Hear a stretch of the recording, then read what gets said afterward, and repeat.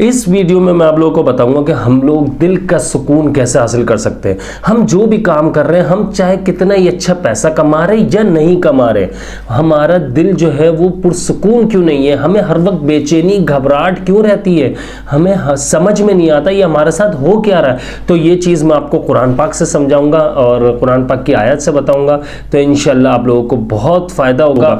دیکھیں میں آپ کو ایک بات بتاتا ہوں, انبیاء علیہ السلام نے سب سے زیادہ محنت جو ہے نا وہ قلوب کی تزکیہ, آپ کو معلوم ہے اس کی سب سے زیادہ زور دلوں کی تطہیر پر یعنی اسے پاک کرنے پر دیا, اس لیے کہ دل پاک ہو جائے تو انسان پاک ہو جاتا ہے, دل بدل جائے تو انسان بدل جاتا ہے, اس کی زندگی بدل جاتی ہے, بہت سارے معاملات سیدھے ہو جاتے ہیں, مقصد حیات بدل جاتا ہے.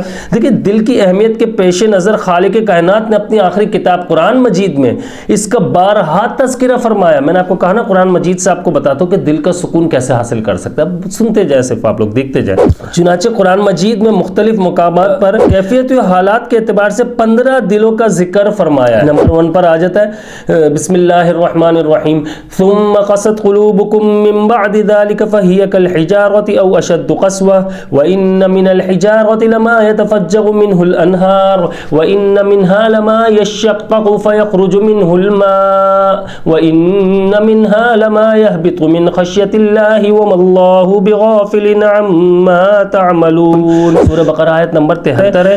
مگر ایسی نشانیاں دیکھنے کے بعد بھی آخرکار تمہارے دل سخت ہو گئے, پتھروں کی طرح سخت, بلکہ سختی میں کچھ ان سے بڑھے ہوئے ہیں, کیونکہ پتھروں میں بھی کوئی ایسا بھی ہوتا ہے جس سے چشمے پھوٹ پڑتے ہیں, کوئی پھٹتا ہے تو اس میں سے پانی نکل آتا ہے اور خدا کے خوف سے لرس کر گر بھی پڑتا ہے, اور اللہ تعالیٰ کرتوتوں سے بے خبر نہیں. ہمیں آیت ہم نے پڑھ لی. ابھی دیکھیں اللہ تعالیٰ ہمارے کرتوتوں سے, ہمارے جو ہم کام کر رہے ہیں, ہم جو الٹے سیدھے کام کر رہے ہیں یا صحیح کام کر رہے ہیں غلط کام, کوئی بھی جناب ہم کوئی بھی کام کرتے ہیں تو اللہ تعالیٰ سے بے خبر نہیں. ہم کر کیا رہے ہیں, ہماری جو ہم کام کر رہے ہیں وہ ہمارے دلوں کو سکون کرنے والے ہیں یا بے چینی میں ڈالنے والے. اسی لیے آپ کو میں یہ چیز میں نے آپ کو آیت بتائی, اس کا ترجمہ بتایا, اب میں آپ کو بتاتا ہوں. دیکھیے سکون قلب جو ہے نا یہ بہت ضروری ہے ہمارے لیے, زندگی میں آگے بڑھنے کے لیے, اپنی صحت کو برقرار رکھنے کے لیے, صحت کو اچھا کرنے کے لیے, اور بہت سارے معاملات سیدھا کرنے کے لیے. کہ آپ آفس جاتے ہیں یا شاپ پر جاتے ہیں یا بزنس کرتے ہیں کوئی, یا گھر سے باہر جاتے ہیں, یا آپ ایک اسٹوڈنٹ ہیں, لیکن آپ جاتے ہیں اور واپسی آتے تو بہت زیادہ ٹینشن میں ہوتے ہیں, گھر میں بھی چڑچڑے ہو رہے ہیں اور ہر کسی سے لڑائی, بہن بھائیوں سے لڑائی, ماں باپ سے لڑائی, یہاں تک کہ بیوی بچوں, اگر آپ میرڈ ہیں تو بیوی بچوں سے لڑائی. تو یہ بڑے معاملات جو ہے نا یہ خراب کر دیتے ہیں, آپ کی وجہ سے دوسرے بھی ٹینشنز میں آتے ہیں اور آپ اپنی زندگی کو بالکل تباہی پر لا کر چھوڑ دیتے ہیں. تو ایک بات آپ کو میں بتاتا ہوں, دیکھیے گا. حضرت عبداللہ بن عمر رضی اللہ عنہما سے روایت ہے کہ رسول اللہ صلی اللہ علیہ وسلم نے فرمایا کہ بنی آدم کے قلوب اللہ تعالیٰ کی 2 انگلیوں میں اس طرح سے جیسے ایک قلب وہ اس کو جس طرح چاہتا ہے پھیر دیتا ہے. اس کے بعد رسول اللہ صلی اللہ علیہ وسلم نے دعا مانگی, اللہم مصرف القلوب صرف قلوبنا علی طاعتک. یہ صحیح مسلم میں اس کی ہے, اے خدا دلوں کو پھیرنے والے ہماری دلوں کو اپنی اطاعت کی طرف پھیر دے. یہ نماز میں پڑھ لیا کر, نماز کے بعد جو دعا مانگتے اس میں پڑھ لیا کرے لازمی, اللہم مصرف القلوب اللہم مصرف القلوب صرف قلوبنا علی طاعتک, صرف قلوبنا علی طاعتک. یہ یاد کر لیجئے گا. اگر سمجھ میں نہیں آپ ریپیٹ کر کے تھوڑا سا ویڈیو کو پیچھے کر کے اس کو یاد کر سکتے ہیں, 3-4 بار ریپیٹ کریں گے. ایک لائن کی بھی آیت نہیں ہے یہ, ایک لائن کی بھی دعا نہیں ہے یہ, آپ کو یاد ہو جائے گی. صحیح ہے, آیت کہہ رہا ہوں دعا ہے یہ.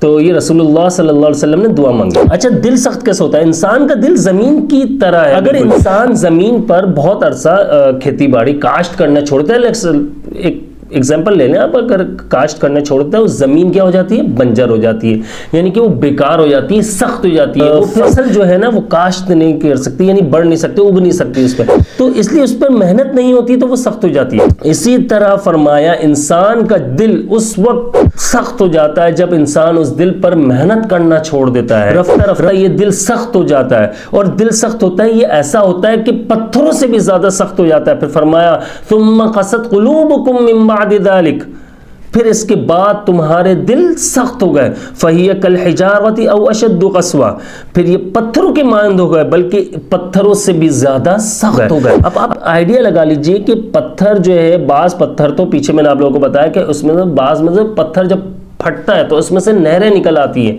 پانی نکل آتا ہے, اس میں چشمہ پھوٹ پڑتا ہے, جو بھی. اب ہمارے دل ایسے سخت ہو چکے ہیں کہ اس میں کچھ بھی فائدہ نہیں ہو رہا ہے. اور وجہ کیا ہے کہ ہمارے دلوں پر زنگ لگ چکا ہے. ہمارے دل کا جو سکون ہے وہ غائب ہو چکا ہے. اب دل کا سکون کیا غائب ہو چکا ہے تو اس کا کیا حل ہے؟ اس کا حل ہے صرف اور صرف آپ نے 3 چیزیں.